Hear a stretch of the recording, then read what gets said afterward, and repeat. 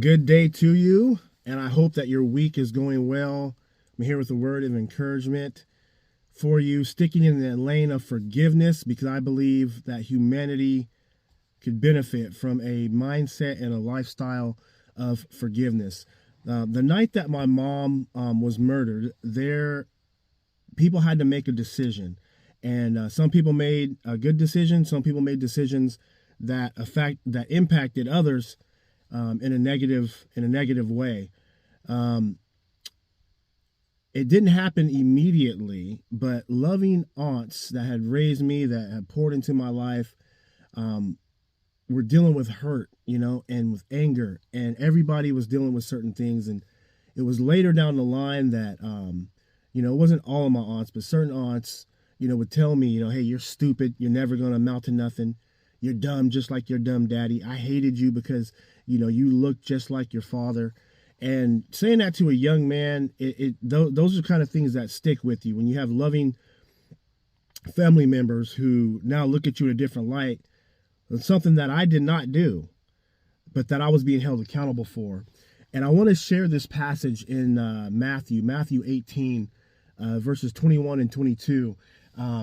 Just to kind of give you a little context, there's a conversation that happens between Jesus and the disciples, and the disciples are asking Jesus, who's the greatest in the kingdom? And Jesus talks about, being childlike, a child.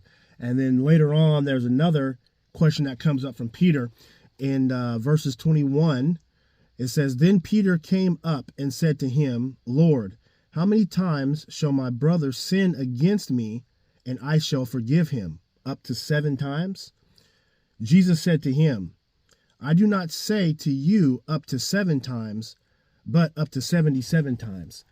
Now that scripture has always been very intriguing to me. Peter asked Jesus, who's about to go and take on all the sins of mankind. And he is about to experience the pain of death. He's going to be tortured, crucified, separated from his Father for the first time.